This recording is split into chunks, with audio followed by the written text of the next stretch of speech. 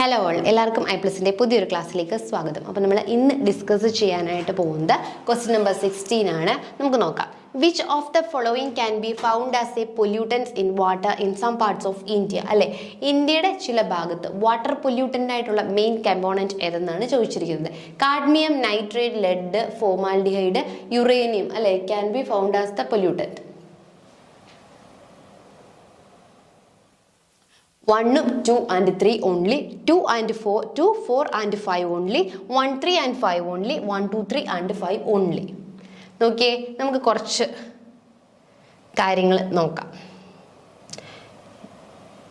ഈ ഒരു ക്വസ്റ്റ്യനിൽ നമുക്ക് മെയിൻലി എന്താണ് വാട്ടർ പൊല്യൂഷൻ ഒക്കെ ഇപ്പം എന്താണ് വളരെയധികം കൂടുതലാണ് അല്ലേ. നമ്മുടെ രാജ്യത്തിൻ്റെ പല ഭാഗത്തായിട്ട് നമുക്ക് എന്താണ് കുടിക്കാനായിട്ടൊക്കെ വെള്ളത്തിന് വളരെ സ്കേഴ്സിറ്റി ഉണ്ട് അല്ലേ. വാട്ടർ എല്ലാം പൊല്യൂട്ടഡ് ആണ്. നമ്മുടെ ഇൻഡസ്ട്രിയലൈസേഷൻ്റെ ഒക്കെ ഭാഗമായിട്ട് വാട്ടറൊക്കെ ഒരുപാട് പൊല്യൂട്ടൻ്റ് ആവുന്നുണ്ട്. അപ്പോൾ കാഡ്മിയം അതിന് നല്ലൊരു പങ്ക് വഹിക്കുന്നുണ്ട്. നൈട്രേറ്റ് ഉണ്ട്, ലെഡ് ഉണ്ട്, യുറേനിയം ഉണ്ട്. ഇവയൊക്കെ എന്താണ് വാട്ടർ പൊല്യൂട്ടൻസ് ആണ്. ഫോമാൽഡിഹൈഡ് ഒഴികെ ബാക്കി 1, 2, 3, 5 എന്താണ് നമ്മുടെ വാട്ടറിലെ പൊല്യൂട്ടൻ്റ് ആയിട്ട് ആക്ട് ചെയ്യുന്നതാണ്. അപ്പം നമുക്ക് കുറച്ചൊന്ന് നോക്കാം. കുറച്ചൊരു ജനറൽ നോളജ് പ്ലസ് ബയോളജിയാണ്. മെർക്കുറി എന്ന് പറയുന്നത് എന്താണ് മിനിമാത ഡിസീസ് കോസ് ചെയ്യുന്ന ഒരു മെറ്റലാണ് മെർക്കുറി എന്ന് പറയുന്നത്. അതുപോലെ തന്നെ കാഡ്മിയം കോസ് ചെയ്യുന്നത് ഇതായി ഡിസീസ് ആണ് കോസ് ചെയ്യുന്നത്. നെക്സ്റ്റ് ക്രോമിയം ഉണ്ട് അല്ലേ. Chromium cause lung cancer cause ചെയ്യുന്ന ആളാണ് ആര്, നമ്മുടെ ക്രോമിയം മെറ്റൽസ് അല്ലേ. In humans and reduce photosynthetic activities in plants. ഹ്യൂമൻസിലാണെങ്കിൽ എന്ത് കോസ് ചെയ്യുന്നു, ക്യാൻസർ കോസ് ചെയ്യും ക്രോമിയം. അതുപോലെ തന്നെ പ്ലാന്റ്സിലെ ഫോട്ടോസിന്തസിന്റെ റേറ്റും മറ്റും കുറയ്ക്കുവാനായിട്ട് ആര് കാരണമാണ്, ഈ ക്രോമിയം കാരണമാണ്. നെക്സ്റ്റ് എന്ന് പറയുന്നത് കോപ്പർ ആണ് അല്ലെ. കോപ്പർ എന്തിനൊക്കെ കാരണമാകുന്നു, വൊമിറ്റിംഗ് കോസ് ചെയ്യുന്നു, diarrhoea, stomach cramps, kidney failure. ഇതൊക്കെയാണ് ആരുടെ സ്പെഷ്യാലിറ്റി, കോപ്പറിന്റെ സ്പെഷ്യാലിറ്റി എന്ന് പറയുന്നത്.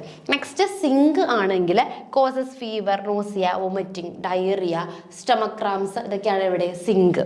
നെക്സ്റ്റ് നോക്കിയാൽ ലെഡിനെ എടുക്കുകയാണെങ്കിൽ ലെഡ് അനീമിയ, മെന്റൽ റിട്ടാർഡേഷൻ അല്ലേ, partial paralysis, loss of hearing, ഇതൊക്കെയാണ് ലെഡ്. അപ്പോൾ വേരിയസ് കെമിക്കൽസും അതിൻ്റെ എഫക്റ്റും ഒന്ന് ജസ്റ്റ് നോട്ട് ചെയ്യാം.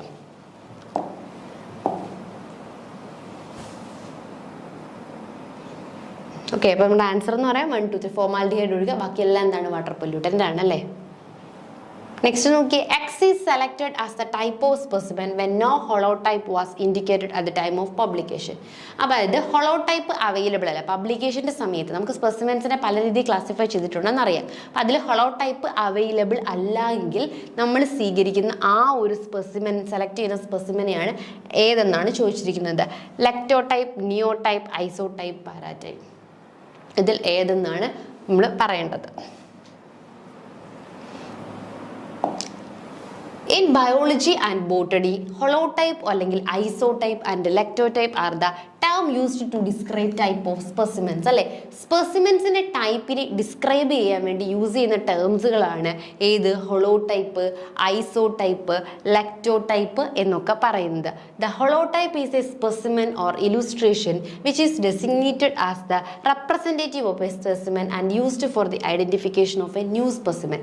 ഈ ഹൊളോടൈപ്പ് എന്ന് പറയുന്നത് എന്താണ്, illustration which is designated as the representative of a species അല്ലെ. ആ സ്പീഷീസിനെ റെപ്രസെൻറ്റ് ചെയ്യുന്ന ആളാണ് ഹൊളോടൈപ്പ് എന്ന് പറയുന്നത്.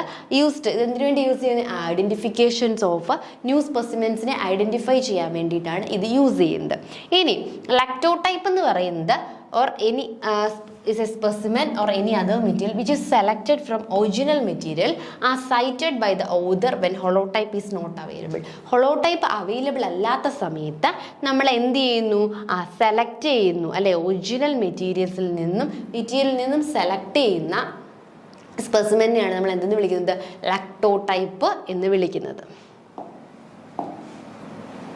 ദെൻ ഐസോടൈപ്പ് ഉണ്ടല്ലേ, ഡ്യൂപ്ലിക്കേറ്റ് സ്പെസിമെൻ. ഇതെന്താണ്, സ്പെസിമെൻ്റെ duplicate or very similar to the holotype and is genetically part of the same taxonomic group അല്ലേ. ആ ഒറിജിനൽ സ്പെസിമെൻ്റെ ഒരു ഡ്യൂപ്ലിക്കേറ്റ് അല്ലെങ്കിൽ നമ്മുടെ ഹോളോടൈപ്പുമായിട്ട് റിയലി സാമ്യമുള്ളതാണ് എന്തെന്ന് പറയുന്നത്, ലൈസോടൈപ്പ് എന്ന് പറയുന്നത്. നമ്മളോട് ഇവിടെ ചോദിച്ചിരിക്കുന്നതാണ് X is selected the type of specimen when no holotype അല്ലേ. ഹോളോടൈപ്പ് അവൈലബിൾ അല്ലാത്ത ടൈമിൽ കിട്ടുന്ന ആ സ്പെസിമെനെയാണ് നമ്മൾ എന്തെന്ന് വിളിക്കുന്നത്, ലെക്ടോടൈപ്പ് എന്ന് വിളിക്കുന്നത്. ലെക്ടോടൈപ്പ് എന്താണെന്ന് ക്ലിയർ ആയല്ലോ അല്ലേ. ഇനി 18th question.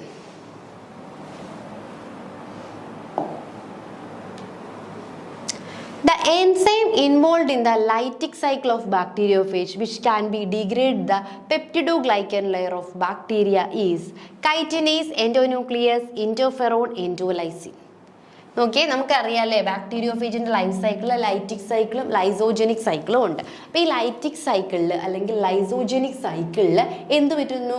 Degrade the peptidoglycan layer of bacteria. ബാക്ടീരിയയുടെ പെപ്റ്റിഡോഗ്ലൈക്കൻ ലെയർ ഡീഗ്രേഡ് സഹായിക്കുന്ന എൻസൈം ഏത് എന്നാണ് ചോദിച്ചിരിക്കുന്നത്. അപ്പം നമുക്ക് ആദ്യം ലൈറ്റിക് സൈക്കിൾ ഒന്ന് നോക്കാം അല്ലേ.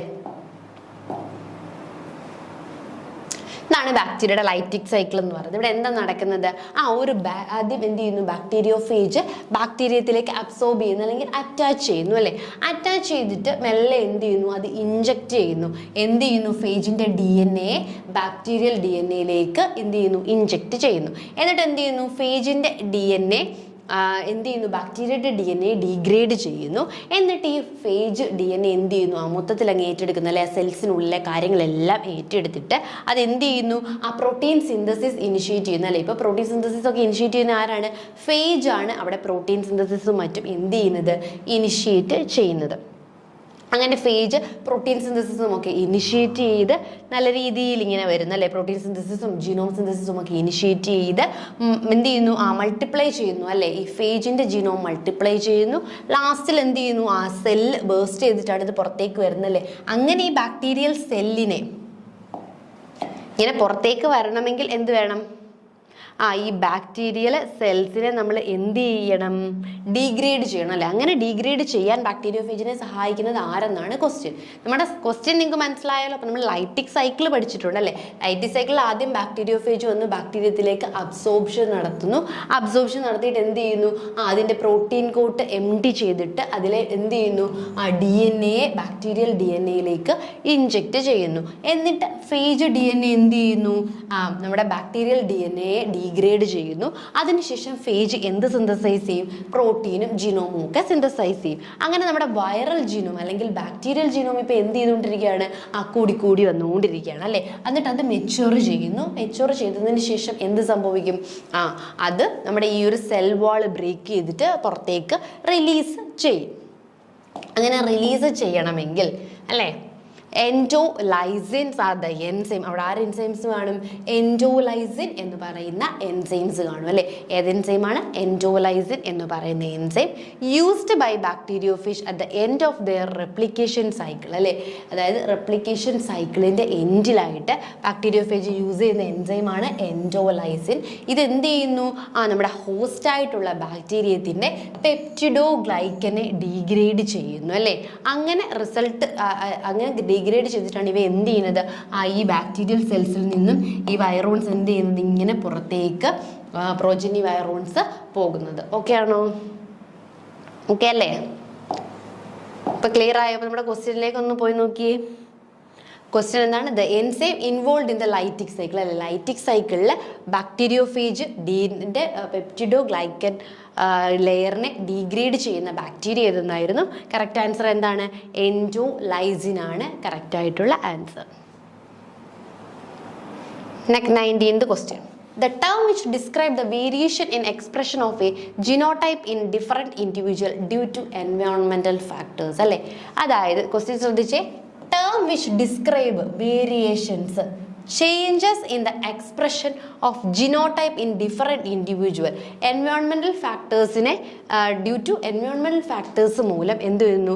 ജിനോടൈപ്പിൽ ഡിഫറൻസ് വരുന്നല്ലേ. പ്രിവിനോമിനൻ ഏതെന്നാണ് ചോദിച്ചിട്ടുള്ളത്? Codominance, penetrance, epigenetics, incomplete dominance. ഇത് ഓരോ ടേമും എന്താണെന്ന് ആദ്യം മനസ്സിലാക്കണം.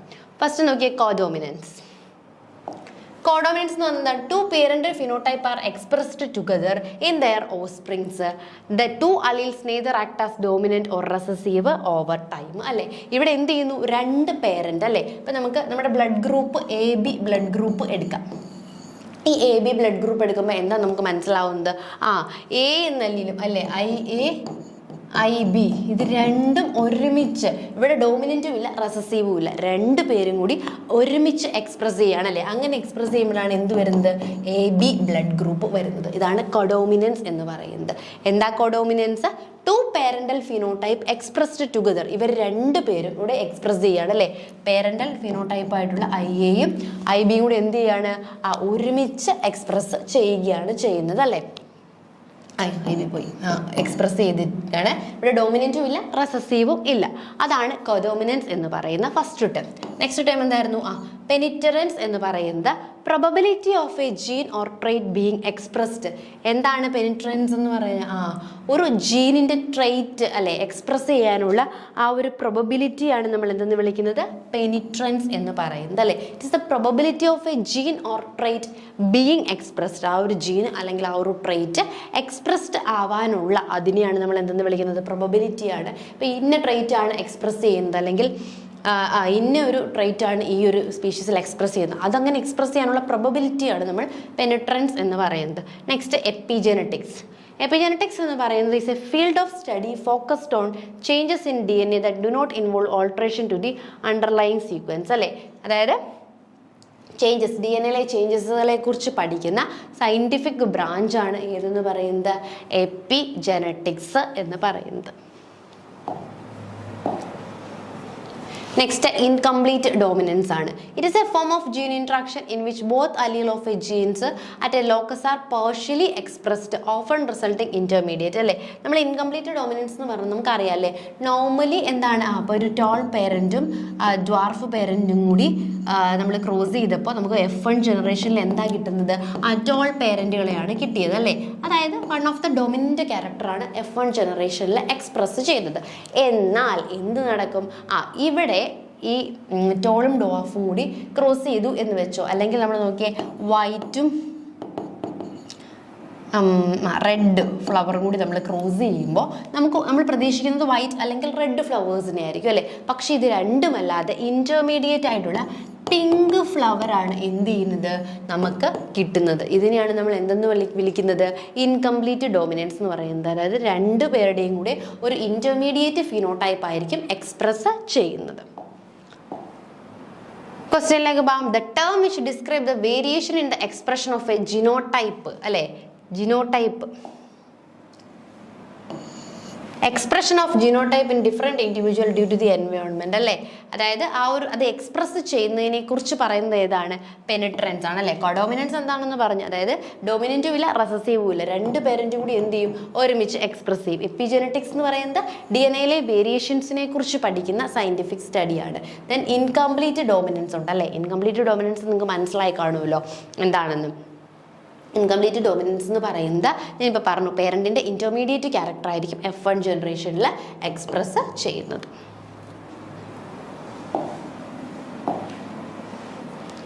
നെക്സ്റ്റ് 20th ക്വസ്റ്റ്യൻ ആണ് കേട്ടോ. Mineral nutrient essential for healthy meristem formation in young part such as root tip. It also plays a role in flowering stage of a plant. Its deficiency show dead shoot tip, brittle foliage and yellowing of lower leaf tip അല്ലേ. അപ്പോൾ നമ്മൾ മിനറൽസിനെ കുറിച്ചുള്ളൊരു question ആണ്. ഏതോ ഒരു mineral എന്താണ്? Healthy മെരിസ്റ്റത്തിൻ്റെ ഫോർമേഷൻസിന് important ആണ്. അതുപോലെ എന്ത് ചെയ്യുന്നു? റൂട്ട് ടിപ്പിൻ്റെ ഫോർമേഷൻസിന്, ഷൂട്ട് ടിപ്പിൻ്റെ ഫോർമേഷന്, ഇതിനൊക്കെ ഇമ്പോർട്ടൻ്റ് ആണ് എന്നാണ് പറയുന്നത്. ഏതാണെന്ന് നോക്കാം. അയൺ ആണോ, ബൊറോൺ ആണോ, മാംഗനീസ് ആണോ, കോപ്പർ ആണോ? അപ്പം നമുക്ക് ആദ്യം മിനറൽസിനെ കുറിച്ചൊന്ന് നോക്കാം. പ്ലാന്റ്സ് നീഡ് 18 എസെൻഷ്യൽ ന്യൂട്രിയൻസ് അല്ലേ. പ്ലാന്റ്സിന് ഗ്രോ ചെയ്യണമെങ്കിൽ 18 അല്ലെങ്കിൽ 18 എസെൻഷ്യൽ ന്യൂട്രിയൻസ് ആവശ്യമായിട്ടുണ്ട്. Which are classified as macro nutrient and micro nutrients അല്ലേ. അപ്പോൾ പ്ലാന്റ്സിന് ഗ്രോ ചെയ്യണമെങ്കിൽ എന്ത് വേണം? എസെൻഷ്യൽ ന്യൂട്രിയൻസ് വേണം. ഈ എസെൻഷ്യൽ ന്യൂട്രിയൻസിനെ നമുക്ക് മാക്രോ ന്യൂട്രിയൻസ് അല്ലെങ്കിൽ മൈക്രോ ന്യൂട്രിയൻസ് എന്ന് ഡിഫറൻഷിയേറ്റ് ചെയ്യാനായിട്ട് സാധിക്കും. അതിൽ നോക്കിയ മാക്രോ ന്യൂട്രിയൻസ് എന്താണ്? These nutrients include carbon, hydrogen, nitrogen, oxygen, phosphorus, potassium, calcium, sulphur and magnesium അല്ലേ. അപ്പം മാക്രോ ന്യൂട്രിയൻസ് നോക്കിയേ ഏതൊക്കെയാണ്? കാർബൺ, ഹൈഡ്രജൻ, നൈട്രജൻ, ഓക്സിജൻ, ഫോസ്ഫറസും പൊട്ടാസ്യവും ഒക്കെയാണ് എന്തെന്ന് പറയുന്നത്? മാക്രോ ന്യൂട്രിയൻസ് എന്ന് പറയുന്നത്. മൈക്രോ ന്യൂട്രിയൻസ് ആണെങ്കിലോ these nutrients includes boron, chlorine, manganese, iron, zinc, copper, molybdenum ഒക്കെയാണ് എന്തെന്ന് പറയുന്നത് മൈക്രോ ന്യൂട്രിയൻസ്. മാക്രോ ന്യൂട്രിയൻസ് കൂടുതൽ എമൗണ്ടിൽ പ്ലാന്റ്സിന് എന്ത് ചെയ്യണം ആവശ്യമായിട്ടുണ്ട് അതിൻ്റെ ഗ്രോത്തിനും ബാക്കി മെറ്റബോളിക്കൽ പ്രൊസീജിയേഴ്സിനും. മൈക്രോ ന്യൂട്രിയൻസ് ആകുമ്പോൾ കുറച്ച് എമൗണ്ടിൽ ആവശ്യമായിട്ടേ ഉള്ളൂ. Nitrogen it is required by plants in large amount അല്ലേ. നൈട്രജൻ എന്ത് വേണം പ്ലാന്റ്സിന് വളരെയധികം എമൗണ്ടിൽ തന്നെ ആവശ്യമായിട്ടുള്ളതാണ് ഇതെന്ന് പറയുന്നത് നൈട്രജൻ എന്ന് പറയുന്നത്. It is taken in the form of ions from the soil അല്ലേ. ഇതെങ്ങനെയാണ് എടുക്കുന്നത് പ്ലാന്റ്സ് അയോൺസിന്റെ ഫോമിലാണ് പ്ലാന്റ്സ് ഇതിനെ അബ്സോർബ് ചെയ്യുന്നത്. It is required for the division of cells അല്ലേ. എന്തിനു വേണം ഇത് മെയിൻലി സെൽ ഡിവിഷൻസിന് ആണ് മെയിൻലി നമ്മുടെ നൈട്രജൻ ആവശ്യമായിട്ടുള്ളത്. അതുപോലെ തന്നെ it is major constituent of protein, vitamin, hormones ഇതിൻ്റെയൊക്കെ മെയിൻ കണ്ടന്റുമാണ്. നെക്സ്റ്റ് ഫോസ്ഫറസ് അല്ലേ. It is a constant of cell membrane protein and nucleic acid required for sudden important റിയാക്ഷൻസിന് പ്ലാന്റ്സിന് വേണ്ട ഒരു ന്യൂട്രിയൻ ആണ് ഇത് phosphorus. Next potassium it is a mineral that is required in the growing part of plants large amount. It is required for the opening and closing of stomata. ഇതും again ചോദിക്കുന്ന question ആണ് അല്ലെ. സ്റ്റൊമേറ്റയുടെ ഓപ്പണിങ്ങിനും ക്ലോസിങ്ങിനും സഹായിക്കുന്ന mineral ഏതെന്ന് ചോദിച്ചു കഴിഞ്ഞാൽ അത് ഏതാണ് പൊട്ടാസ്യമാണ് സ്റ്റൊമേറ്റയുടെ ഓപ്പണിങ്ങിനും ക്ലോസിങ്ങിനും സഹായിക്കുന്നത്. It help the activation of enzymes and help in maintaining the turgidity. അതുപോലെ തന്നെ സെല്ലിൻ്റെ ടേർജിഡിറ്റി കീപ്പ് ചെയ്യാനും സഹായിക്കുന്നത് പൊട്ടാസ്യമാണ്. അപ്പം ലാർജ് എമൗണ്ടിൽ നൈട്രജൻ സെല്ലുലാർ പ്രവർത്തനങ്ങൾക്കെല്ലാം ആരെ വേണം നൈട്രജനെ വേണം. ദെൻ ഫോസ്ഫറസ് ഉണ്ട്. ഫോസ്ഫറസും എന്താണ് ഒരു മാക്രോ ന്യൂട്രിയൻ്റ് ആണ്. ദെൻ പൊട്ടാസ്യമാണ്. പൊട്ടാസ്യം വെരി വെരി ഇമ്പോർട്ടൻ്റ് ആണ്. രണ്ട് പ്രധാന ഫങ്ഷൻസ് ആണുള്ളത് opening and closing of stomata അതുപോലെ തന്നെ സെല്ലിൻ്റെ ടേർജിഡിറ്റി മെയിൻറ്റെയിൻ ചെയ്യാനും സഹായിക്കുന്നു. Next calcium It is required during cell division in the normal functioning of the cell membrane. Metabolic activities are also regulated by these minerals. അല്ലേ cell ഡിവിഷനും അതുപോലെ തന്നെ normal സെല്ലിൻ്റെ ഫംഗ്ഷനും ആരെ ആവശ്യമാണ് പ്ലാന്റ്സിന് കാൽസ്യം ആവശ്യമാണ്. ദെൻ മാഗ്നീഷ്യം അല്ലേ it is involve in the activation of enzyme in respiration and photosynthesis. പ്ലാന്റ്സിലെ മെയിൻ രണ്ട് പ്രോസസ്സാണല്ലേ റെസ്പിറേഷനും ഫോട്ടോസിന്തസിസും. ഈ രണ്ട് പ്രോസസ്സിനും ആരാവശ്യമായിട്ടുണ്ട് നമ്മുടെ മാഗ്നീഷ്യം ആവശ്യമായിട്ടുണ്ട്. It is also known as important constituents of ribosome and help in maintaining the structure of ribosome. അല്ലെ ഈ റൈബോസോമിൻ്റെ ആ ഒരു സ്ട്രക്ചർ മെയിൻറ്റെയിൻ ചെയ്യാനും ആര് സഹായിക്കുന്നുണ്ട് മഗ്നീഷ്യം സഹായിക്കുന്നുണ്ട്. Next sulphur. സൾഫർ എന്ന് പറയുന്നത് important constituent of amino acid, coenzymes and വൈറ്റമിൻസിലെയൊക്കെ മെയിൻ കണ്ടന്റ് ആണ് എന്തെന്ന് പറയുന്നത് സൾഫർ.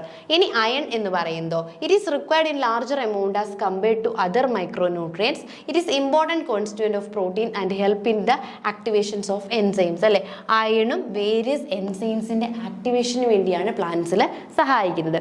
ദെൻ മാംഗനീസ് ഉണ്ട് അല്ലേ enzyme involve in photosynthesis. Again important ആണ്.